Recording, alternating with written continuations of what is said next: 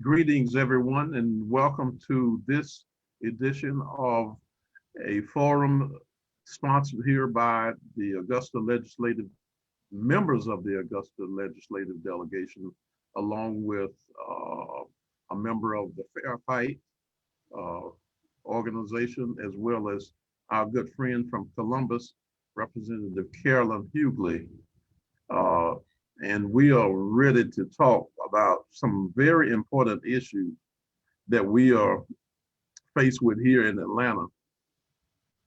As many of you may have heard over the news yesterday, the House voted on House Bill 531, and that bill passed out of the House by a count of 97 to 72.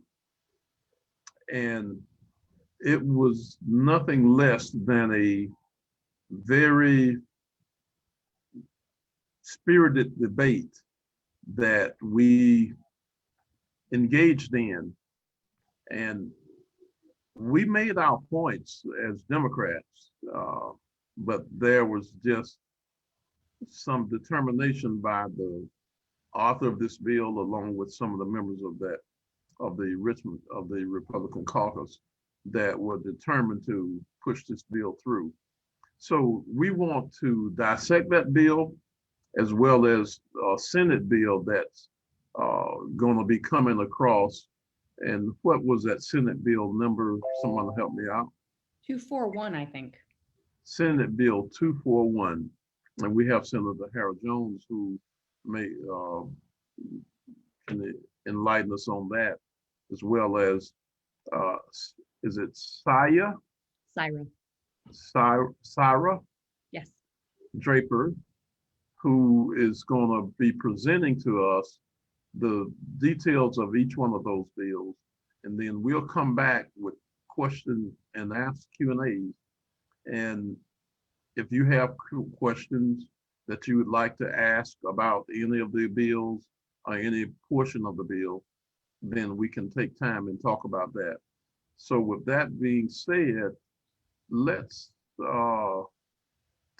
ask Sarah to engage us with a presentation of the bills, and we'll come back and introduce and allow each member of the panel to introduce themselves once Sarah is done and we do some Q&As. So Sarah, take it away. All right. Thank you so much, Representative Howard. Hi, everyone. So my name is Syra Draper, and I'm the Director of Voter Protection for the Democratic Party of Georgia. It is a pleasure to be here and talk to you about what is going on in the legislature right now with your voting rights, and just to give a lay of the land, more or less, on what's going on. But first, I'll tell you a little bit about what we do at Voter Protection at the Democratic Party of Georgia, because we're coming off a heck of a year, as many of you are also coming off of a heck of a year. There was a lot of hard work that was done, and that work always has been so important. But what's going on in the legislature now really highlights the importance of that work. So we are a year-round voter protection operation. Around election times, you might see us doing things like the voter protection hotline. So we had a voter protection hotline that took over 130,000 calls last election cycle in 7 different languages. This is the kind of operation folks would call to ask the where, when, whys of voting. How do I return my absentee ballot? This is my problem. My ballot got rejected. How do I cure it? And we had volunteers who answered that hotline. And those are some of the most just incredible volunteers, because we were confronted with every possible kind of question, right? I mean, just every kind of possible question. And what I really like about the Voter Protection Hotline is that we don't ask anybody who they're voting for or even what party they belong to. We help everyone because we truly believe that everybody ought to have information on how to vote. We think that's fundamental and very important. And I think the unfortunate thing about the Voter Protection Hotline is that it's coming through the Democratic Party of Georgia. I mean, it really should be something that our counties are doing, that our Secretary of State is offering, because there's so many questions about how to make your vote count in Georgia. But that's not something that they're doing. So it's left to us, and we're happy to carry that load. But it shouldn't be us. In a perfect world, it would not be us, but here we are. Another thing that we do to protect the vote is poll watching. So we have folks at the polls to monitor in-person voting. And when there's an issue, they report that up, and then we resolve that issue however we can. We also had a massive ballot curing operation this year. So during the general election, we contacted over 15,000 voters, mostly Democratic, whose absentee ballots had been rejected due to a signature match issue. And we helped them cure those ballots so that those ballots could be counted. We had over 10,000 volunteers involved with our voter protection effort. That was both directly with us and through our county committees. Folks were working with the county committees to do voter protection work. And as I said, it's critical work because here in Georgia, the rules change. They change often. They're changing again. And so knowing what the latest is, the latest and the greatest, it's not all that easy. So anyways, we're very proud of the work that we did last year. And, because us and so many other voting advocacy groups out there did this work and did this grind for years and years and years, and organized and got people to the polls because we were so effective. We had these victories this year, and very collaborative effort. And Republicans are mad, right? Republicans are mad, and they are lashing out, and they said, okay, well, if we don't have the ideas to win people over, we're going to make it harder for other folks to vote. And that's how we're going to win. And that's what we are seeing play out in the legislature right now. And it is really transparent what's going on. So, first and foremost, the bills that the Republicans have presented, I believe, over 60 anti-voter bills at this point, to give you a flavor for, the sentiment out there. These bills are all based on this false premise that there is an election security issue or an election integrity issue. That is false. That is false. If we know, of all the states in the United States, we know in Georgia that is a lie. Why? Because we had 3 recounts, right? We had an audit, 2 additional recounts. We had a GBI audit of signature matching in Cobb County. The US DOJ, the Republican Secretary of State here in Georgia, and the Trump-appointed federal judges have all said there is no voter fraud issue in Georgia. Republican legislators know that, right? They know that. But what they did is they perpetuated this big lie. They amplified that lie. They had Rudy Giuliani come down from New York. They invited him into our Capitol. They had a sham hearing where they pretended there was massive voter fraud in Georgia. And they amplified that and got people stirred up. And now they're saying there's a lack of confidence in our systems. And that is why we need these laws. This is a problem of their own making. It's also and they are offering solutions in need of a problem, right? Because that problem doesn't exist. So it's really insidious, because at the end of the day, what these laws do, they do not go to election integrity. They do not go to security. They go to suppress the vote, and specifically suppress the vote of Black and Brown voters. So let's talk a little bit about the 2 main bills that are at issue. And as I said, there's over 60. I think Georgia might actually lead in the country as far as number of anti-voter bills. Yay, we're number 1 again. But we'll focus on 2 for the purposes of this presentation. And those are the 2 omnibus bills. So there's one in the House that Representative Howard was speaking about earlier that did pass, I believe it was yesterday, from the House floor. And there is another one in the Senate that passed out of committee yesterday. And the one thing that both of these bills have in common, several things that both of these bills have in common, they're massive, comprehensive changes to our election system, right? The other thing is they are being pushed through super quickly without transparency and without buy-in from both sides. The Senate bill that passed through committee yesterday, literally nobody had seen it outside of the members of that committee. And I think the members of that committee saw it for the first time at the committee hearing, right? So we're talking about, 60, 70 page bills with very major changes to how we run our election laws, and nobody's seeing these things in advance. We're not able to read through them. We're not able to give thoughtful feedback, right? And that just goes to show they don't care about our feedback, right? Because they're going to push these things through no matter what.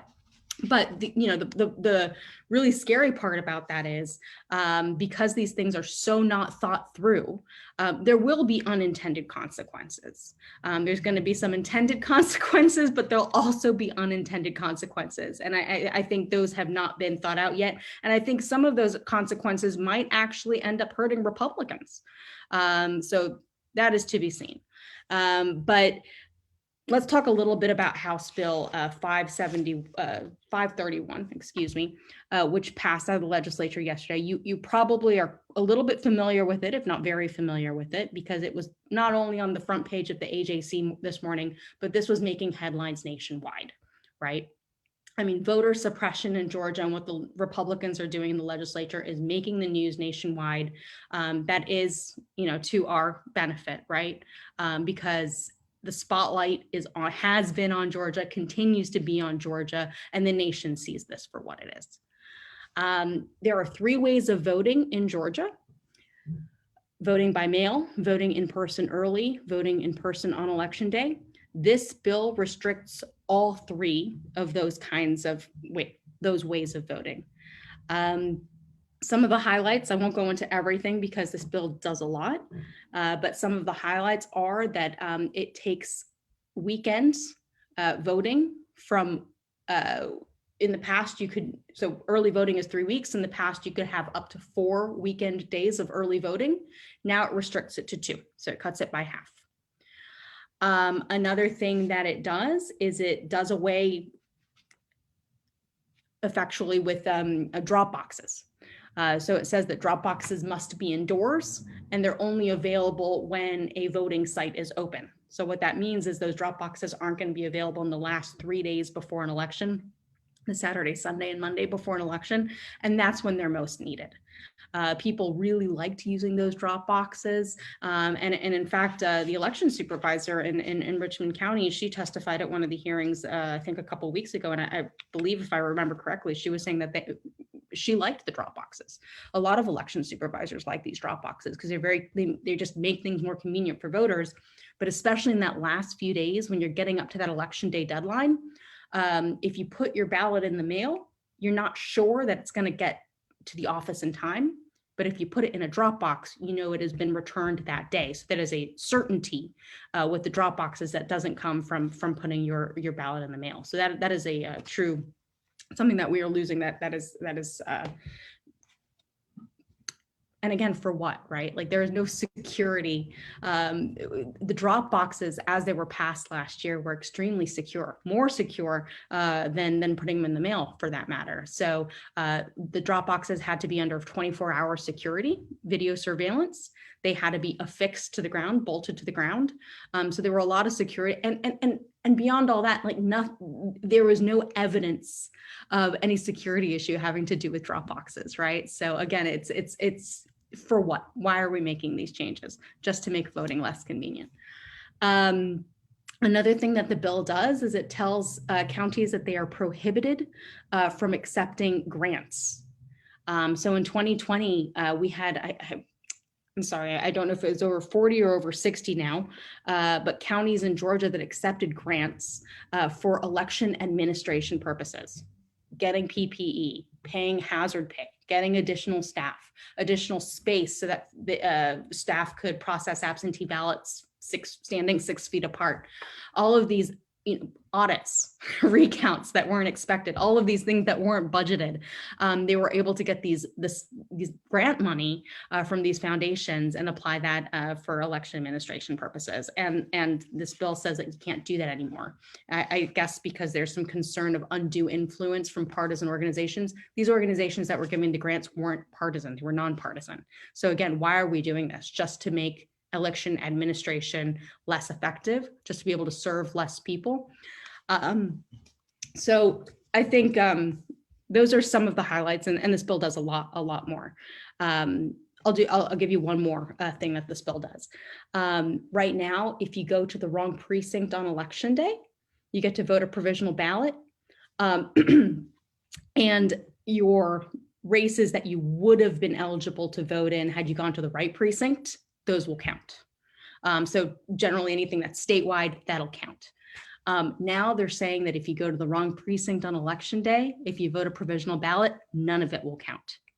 That is surgically targeted to affect Democratic voters because it is overwhelmingly Democratic voters who vote those provisional ballots on election day. So all of this, of course, is supposed to target Democratic voters.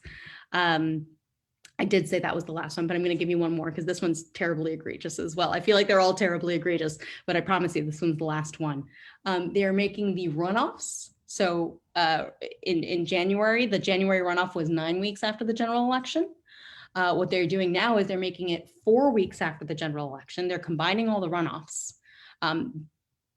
That, in my humble opinion, is a terrible idea because election administrators have said there is not enough time to conduct a statewide election 4 weeks after the general election. There simply isn't enough time when you have to do all the auditing and you have to do all the certification from the general election. You can't even start printing the absentee ballots for the next election, until all of that is done. So, it's very close together, but then what they've done is they've condensed early voting for that runoff election to 5 days. So down from 3 weeks to 5 days, if you're lucky. If it catches you on Thanksgiving, it'll actually be 3 days. And let's be clear, all of this restriction of early voting, whether it's by mail or advanced in person, that means longer lines on election day. We didn't have long lines on election day this year because there was such a push for early voting because of the pandemic. So that was a happy consequence of that push for early voting. And we are going to get ourselves right back on the front page of those national papers with long lines in Georgia by restricting the early vote. I'll just give you a quick 2 cents about Senate Bill 241, excuse me. I think the biggest thing about Senate Bill 241 that it does that HB 531 doesn't do is it does away with no excuse absentee voting. We have had no excuse absentee voting in Georgia since 2005, I believe. That was a Republican policy. It worked out, they loved it while Republicans were voting absentee. Now that Democrats are voting absentee, all of a sudden you need a reason for voting absentee. So again, neither of these bills have passed yet, but they are certainly working their way through the legislature, and they're no good. So the last thing I'll do before handing off the mic is just say there are, all of this, it's all terrible, no doubt about it. But I want to add that there's a couple things in our favor. One, there is several good bills in Congress right now that will really can really limit some of the damage that these statewide bills can do. Those haven't been passed yet, and we hope they will be soon. But if those pass, they will really go a long way to undoing a lot of the bad that is being done here. Second thing I will say is that so much of election administration happens at the local level, at the county level, right? So many of these decisions are happening at your county board of elections, and it's the execution of your local elections office.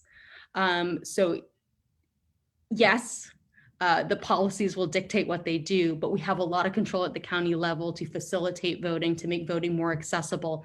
And a lot of that depends on your Board of Elections members and their decision to make voting for the voters, make it more accessible, make it more convenient. So we do retain a lot of power, even though the legislature is trying to do away with it. And last, I will say, we organized for years to get through voter suppression, and we will continue to do so. So they might change the rules of the game, but we will figure it out, and we will continue to organize and help our voters get to the polls. So I don't want all hope to be lost. I don't want to end on a bad note. I mean, we're going to do what we need to do here. So I will leave it at that.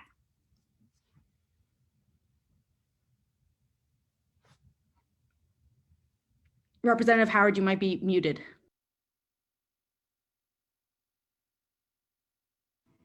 All right, can you hear me now? So thank you for that, Syra. And that's a lot of information, and I'm sure there are some questions out there. But before we get to the Q&As, I'd like to go down the list of who all's on the call as panelists. We have Representative Kellen Hughley, who's sitting in and sort of helping to coordinate these type of forums across the state. And it's been really positive to do this, and they've done it, we've done it in several cities across the state, you know, Savannah, Columbus, I think Albany, and some of the others in major Macon. We've done them across the state in other places. So we want to thank her for her coordinated efforts to make this happen. We also have with us some other members of the delegation, and I am not sure. I see Senator Jones, Harold Jones is with us. And well, let's back up. Representative Hughley, would you like to say anything right now? I just want to say good evening, and I want to thank the Richmond County delegation for being a part of our series. And as you said, we've been all across Georgia, from Fulton County, DeKalb County, Gwinnett County, Clayton County, as well as Augusta and Savannah and Columbus and Albany. Macon is going to be the last one coming up a little bit later on this week. We also went down to Liberty County and to Sandersville as well. So that's Hancock County. So we've been all over engaging voters about what's been happening at your capital. And as Syra said, you know, we're not in charge of the game, but we're going to play. Whatever the rules are, we're going to take the field and we're going to play the game because our voting rights are precious and we are not going back. So with that, I'll just say thank you for allowing me to hop on with you this evening. And I want your constituents to know that you all have a great delegation led by Representative Howard, who's always on top of everything. And you have an outstanding senator.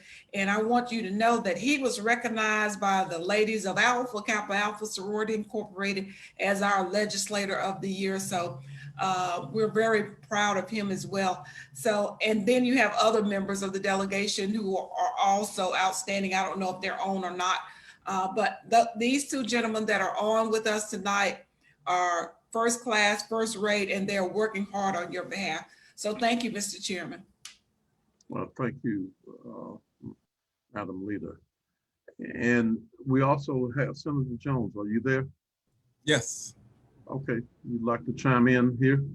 Sure. I just want to say thanks also for putting this on, because it allows you know, the constituents to have an understanding of what's actually going on, which is very important.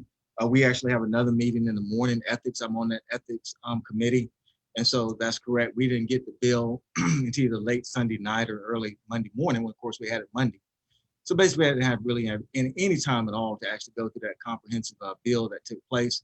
So when you start talking about transparency or the lack thereof, that's obvious when you don't even give persons the opportunity even to even have the opportunity to read it.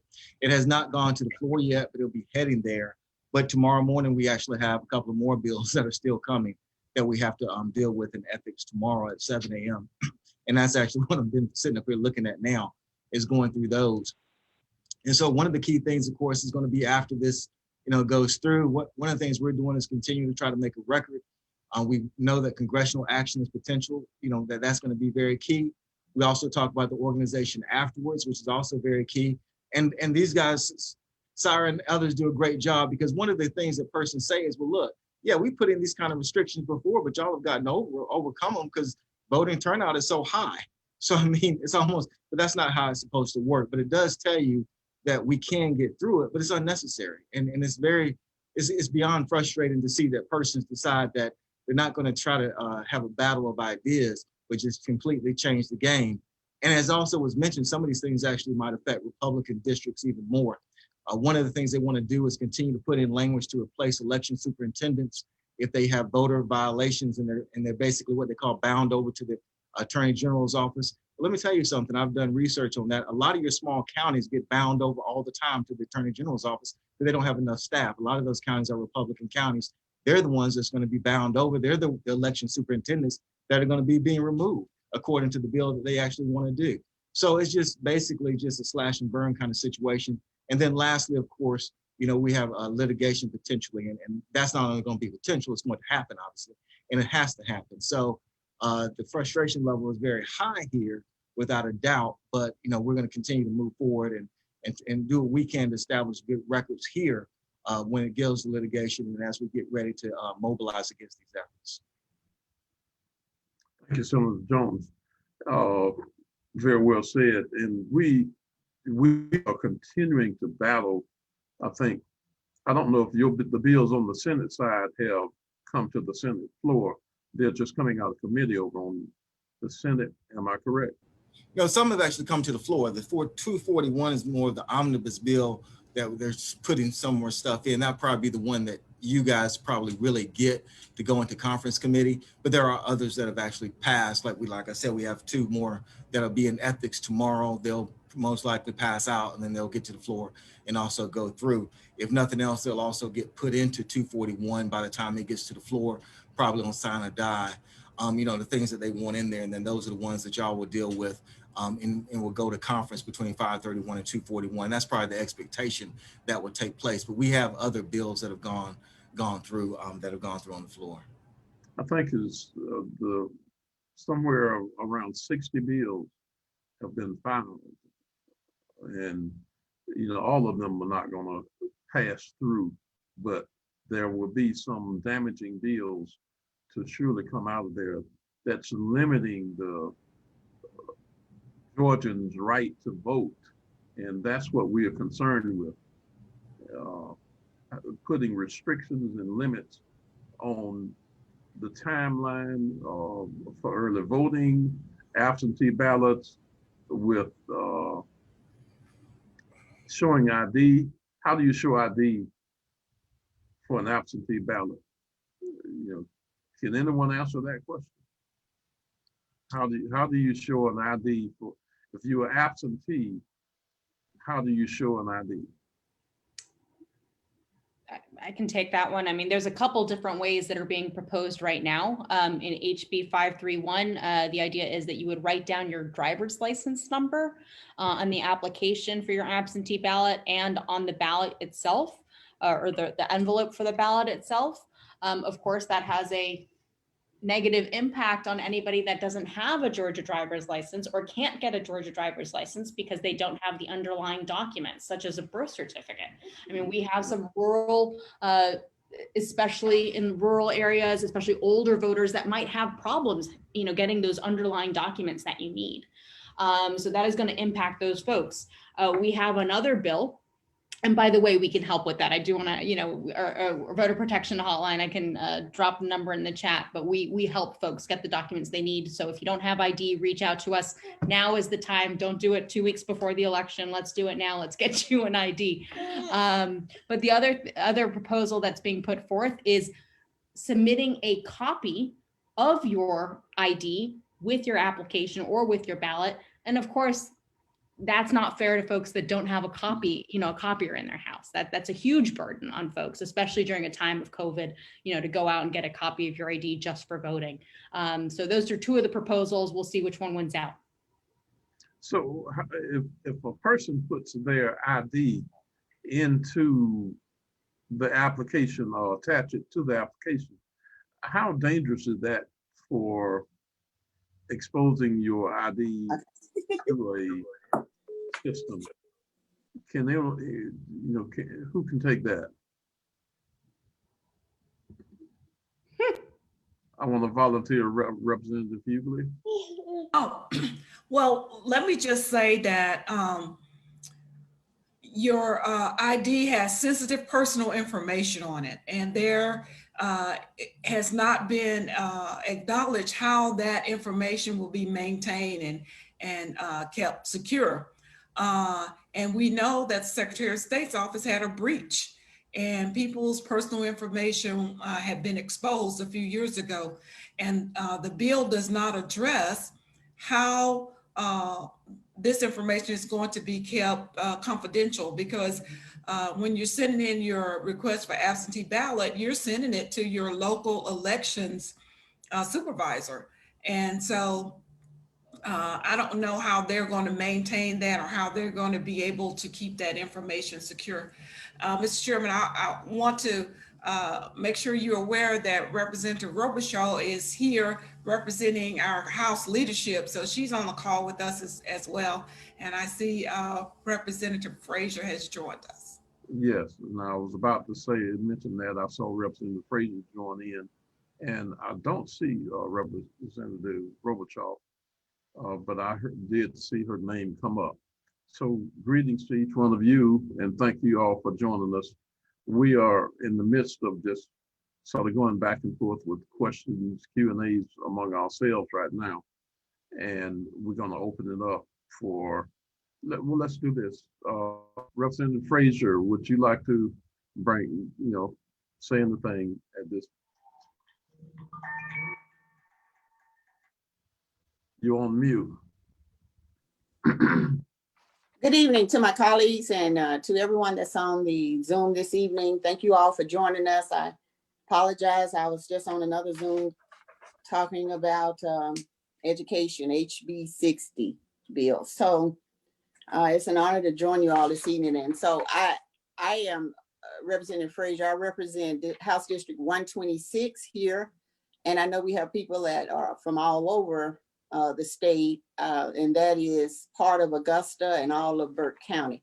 And so I have not been on the call, but I just want to say 2 or 3 things right now. So, I mean, I don't know how strong my colleagues have been, but if we're talking about HB 531, you all know that this is a voter suppression bill. And you know that this is a voter restriction bill. And so, with voter suppression is racism. And so that's where we are. We are constantly going backwards. And all we're doing in the legislature, Democrats are fighting very hard to stay on the straight and narrow. But every time that there is a success our way, bills come up like this, and there will be more that will try to bring us back decades. But just know this, we will not let that happen.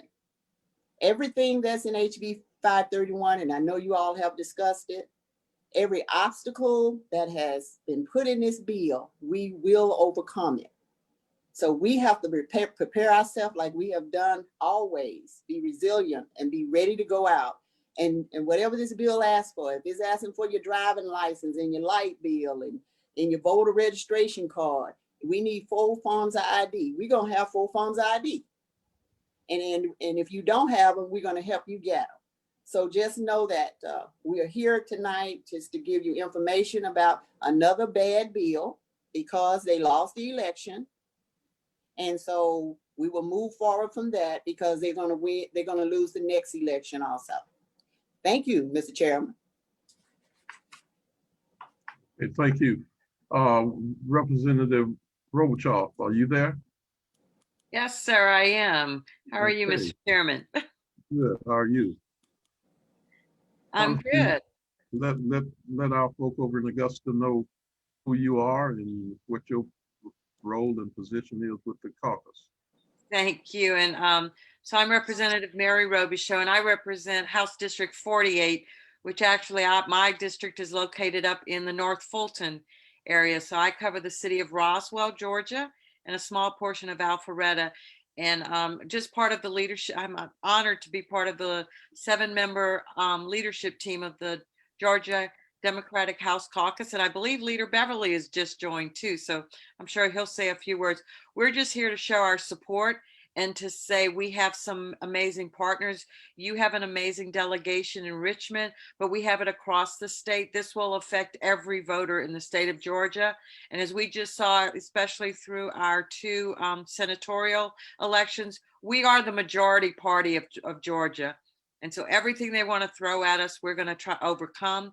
We're going to do it together. I see you got quite a lot of questions about your Richmond people are already ready to, how do we get together? Part of this will be not only are we in our group and other organizations going to help you, but we all need to help each other's neighbors too. You need to get it. We're going to all work together to get as many votes out as we can, and we're going to win. But anything we're here to do to help across the state. Well, thank you, Representative Robichaud. And there was something that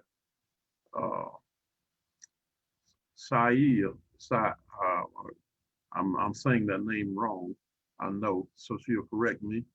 Syra. Syra's the voter protections chair for the Democratic Party here in the state of Georgia, and that is not what keeps her going. That little baby in there on that she's holding, that's her livelihood there. But Saya, you mentioned something about the unintended and intended consequences of these bills that are flowing through the House and Senate. Can you explain that again? What are some of the unintended? It's quite a few. So you may, if you want to do them all, but just highlight the most important ones. Yeah, no, I'm happy to. I mean, my goodness, here we go. Hold on. All right. My intern. Yeah, no, I mean, I think the most important thing to highlight is that we haven't had time to figure out what those consequences are going to be, right? Like, these bills are so long, so comprehensive, so many changes are being made. Election supervisors have not been consulted to the extent that they need to be. So yeah, I think we are going to see a lot of things come from this that we are not expecting. I think what the Republicans want to come from this is that it will have a targeted suppressive effect on Democrats in particular. That's why they have provisions in there that we're attacking Sunday voting, right? I mean, that's pretty transparent what they're going after there.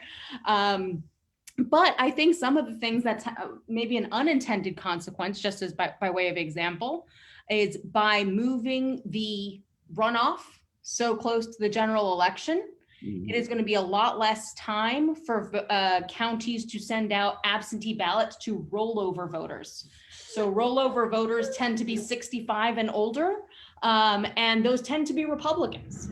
And so I think by moving those elections so close together, you're going to have rollover voters who are either not getting their absentee ballots in time, or they're getting them very late in the process and have less time to return them. And I think that is going to have an outsized effect on Republicans if it plays out the way it will. Hold your thoughts right there. Leader Beverly has just joined us, and he needs to, he's got to go to another meeting. So Leader Beverly, are you there? I am, Mr. Chairman. All right, how are you doing? I'm doing good, brother.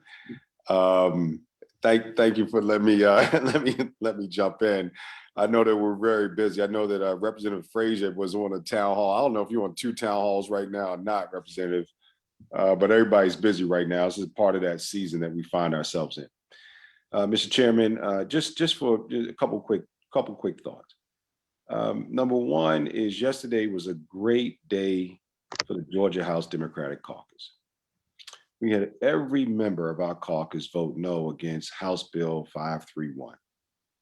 The chairman of the Special Elections Integrity Committee It shouldn't be called integrity. It should be called suppression. But that chairman, Representative Barry Fleming, has been at the forefront of voter suppression for many years. The last two major election bills, House Bill 316 and now House Bill 531, he has chaired those events. And it should not go unnoticed. And the people in the community should know that he is not a friend of democracy. I say that with a full stop because the community that he serves is your community. And at some point, we have to say enough is enough. At a time where we should be incentivizing people to be a part of a process that gives us the best chance of understanding who we are as a people as we move forward, he's doing his level-headed best to stop it. And that's not right. And so although I know that this town hall meeting is about voter election and integrity, and we're doing what we can to fight, we want to make sure that we also point out the people who are adverse or adversaries to this real process. And so I know you're going to have a great town hall meeting. I got to jump to the next one, but I am so proud of the efforts of the Georgia House Democratic Caucus. Y'all are great. I mean, Chairman Howard, Representative Gloria Frazier is my big sisters, and now Representative Mary Robichaud is too. I can't go wrong with them in my corner, in my ear, and then Senator Harold Jones is my brother. Y'all have a great meeting. We're going to continue to fight. This is just the first step in a long line of steps that we're going to have. I mean, Senate Bill 241 is going to come across. They have some issues in that. I'm sure you guys will talk about that. But just know that we're fighting for you guys. We'll have some direct action things we'll ask for the community to do. But as we move forward, just know that your representatives and your senators are fighting for y'all very well. And we'll do everything we can to stand. But even if they change the rules, as Gloria Frazier, Representative Frazier said, doesn't matter what y'all do. If we got to do hopscotch in the middle of the night to vote, we're going to do that too, because we're going to beat them fair and square again next year. So y'all have a good meeting, and I'll see y'all tomorrow. Now, tomorrow's going to be a long day. We're going to go a long day, so y'all get some rest. Don't stay on this call too long. I'll see y'all a little later on. So thank you, Chairman. I'll talk to you. All right, thank you. Yes, sir. I think what Chairman just said, the results of the outcome of what we're facing is going to be a strong turnout in 2022. And that's the whole idea. They may be thinking that they are hurting us, but we're going to fight through whatever obstacles that they put in our face. And all they are doing is just motivating us more. We're not going to worry about what they can't stop us from voting. They cannot stop that. And as Saeed just mentioned, if you need IDs made, or don't wait till 2 weeks before election to do it. And so, did you put the phone number for voter protection? We want to make sure you have the contact if you need help with getting IDs or making sure you have the proper identification. That's where voter protection can come in and help. Now, we also have another young man that participated. And I know it's Jordan. Are you still here? Commissioner Johnson. I think he may have had to pull out, but he's got this forum running on Facebook Live. And I see some questions are coming up, and I need, let's see if we can answer some of these from the chat.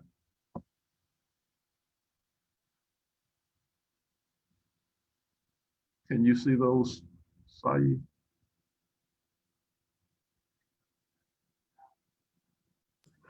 Let's start from you want to start from the top and work our way down?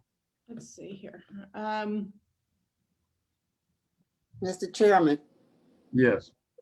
I read some of the questions. The leader actually answered a lot of the questions that were on there. Some of them were on there as it relates to what do we need to do in the community. He just told them to stand by. We'll let you know what we need you to do as it relates to letter writing, campaign calling, things like that. He kind of touched those, so we don't have to go through each one of those. I don't see anything on here that Yeah, I'm looking now. requires So everybody the just, yeah, the everybody letter, just want to know what can they do now to help. Right yes, now, the yeah. takeaway that I think for tonight, the letter writing campaign that members of right now, House Bill 531 has passed out of the House and headed to the Senate. So maybe we ought to uh, give our viewers some directions on how to do what letter writing campaigns and how to get those letters to every senator over on the Senate side, and through emails or whatever way you choose, but email is the most easiest way and the quickest way to get letters to a senator or a House member. So did Representative Hughley leave yet? I think she went to another meeting. Yeah. So do we have any letters? I do have a couple thoughts about, what folks can do now and in the future to combat these issues. I think that these bills they span so many topics and they're just so outrageous. It can be hard to organize somehow, right? Sometimes just because they're so bad. So much But I think there was a lot of focus on, originally when the HB 531 came out, they said no Sunday voting at all. And there were a lot of folks that called about that in particular. And then they did move back on that a little bit. They did come back and say, okay, fine, you can have one of the Sundays if your county chooses. So that is the only place in the entire bill where they have come back and given us a little. And I do think that was in response to public pressure, just because folks, really zoned in on that because it was just so atrocious. So I mean, calls work to the Republican legislators, to their offices. It really does work, those campaigns. But beyond that, and beyond working with the legislature, I mean, and there have been some protests over the last week, and I'm sure those will continue. And those are also very effective because, again, the national media is paying attention to Georgia. But beyond that, I mean, I think, going to your local boards of elections, they have monthly meetings, and knowing what those folks are doing and knowing which boards of elections members are advocating for voters and are advocating for voting expansion, for more early voting locations, for longer hours, making sure that the locations are equitably distributed in your county, right? No one knows that better than you all, those who live in your county. It shouldn't be that there's only one early voting location and it's in this neighborhood over here. I mean, everyone should have equal access and convenience to voting. So holding local folks accountable, election officials accountable, is a really, really big part of the voter protection effort. And that is something you can do year round. And many of these meetings, they're on Zoom right now. So you don't even have to leave your home. So that's number one. I would suggest everybody get involved with their local boards of elections meetings.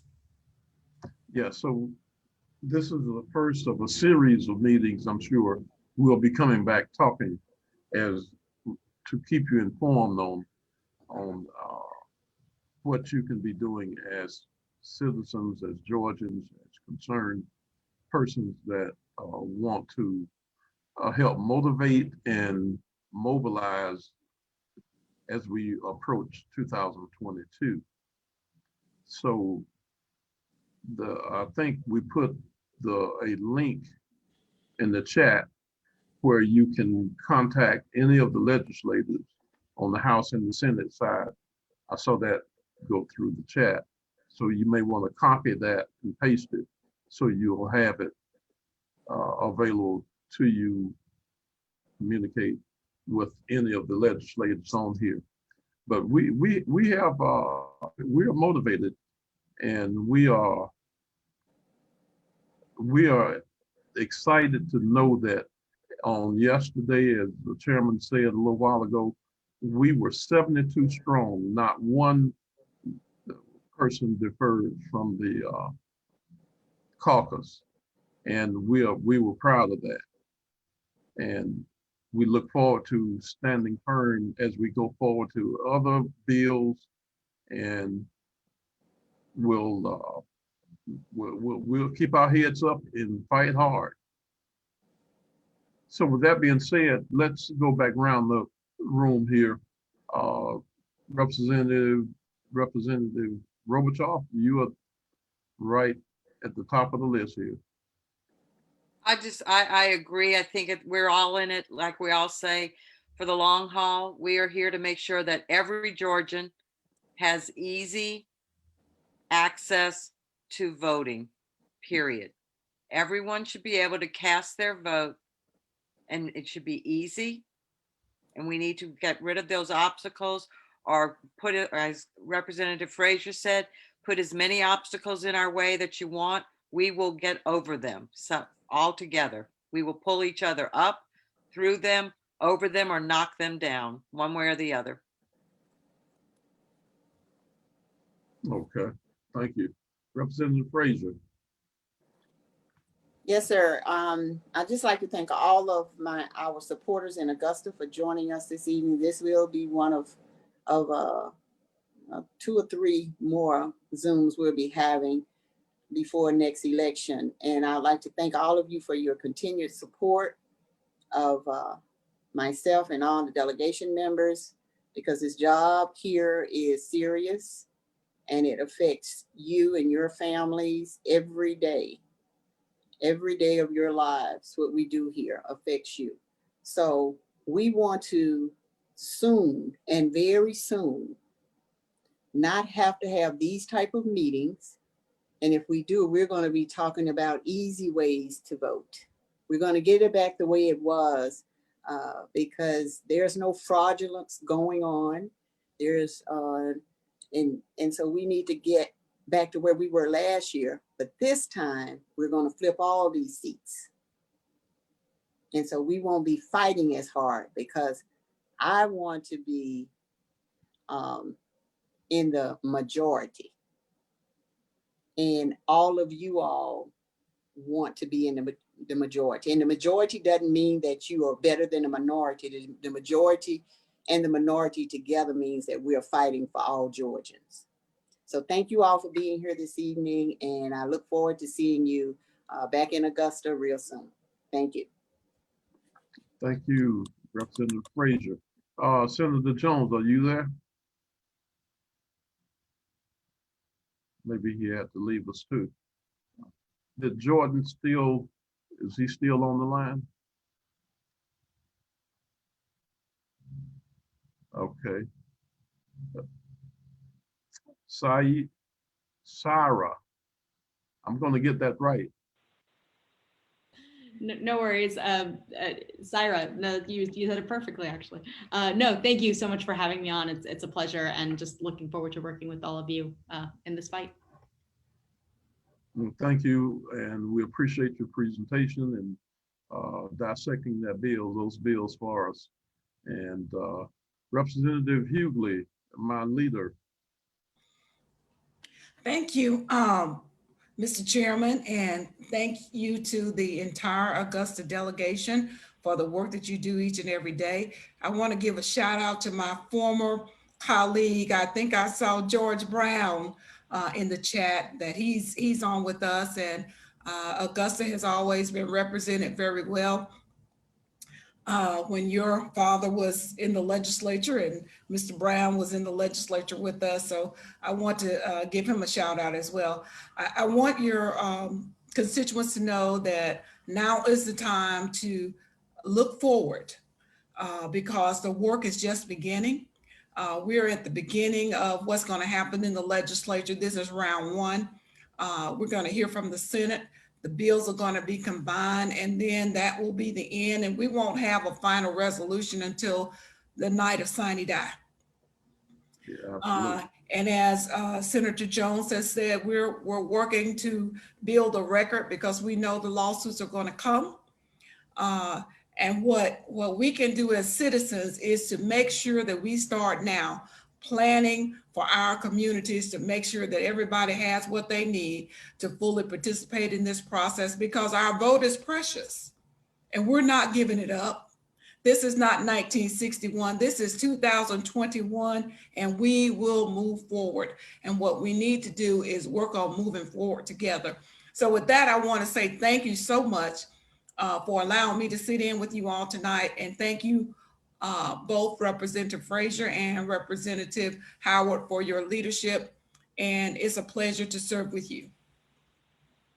Well, the same here, and we really have enjoyed your leadership. You said it, and it was a good closure. Our votes are precious, and we're not going to just give them away. Give our vote away or walk away from a fight in making sure our vote is counted. And we believe in what they are saying, but they are not doing what they are doing differently from what they are saying. They say they believe in a fair vote, one vote, one person, but that's not the way they are operating. They are restricting and limiting the ability for a person to vote and vote, their conscience and freely vote, where a person just, it's really sad, when you look at it, but we're not going to let it drag us down. We're going to keep our heads up and fight hard. It is now at about 8:03, and if there are no more questions, then I think we are ready to call it a night and get ready for tomorrow. We have another big day here tomorrow, and we want to encourage everybody to go get your rest, and let's get ready for another day. All right, thank you, everyone, and we appreciate you all joining in with us.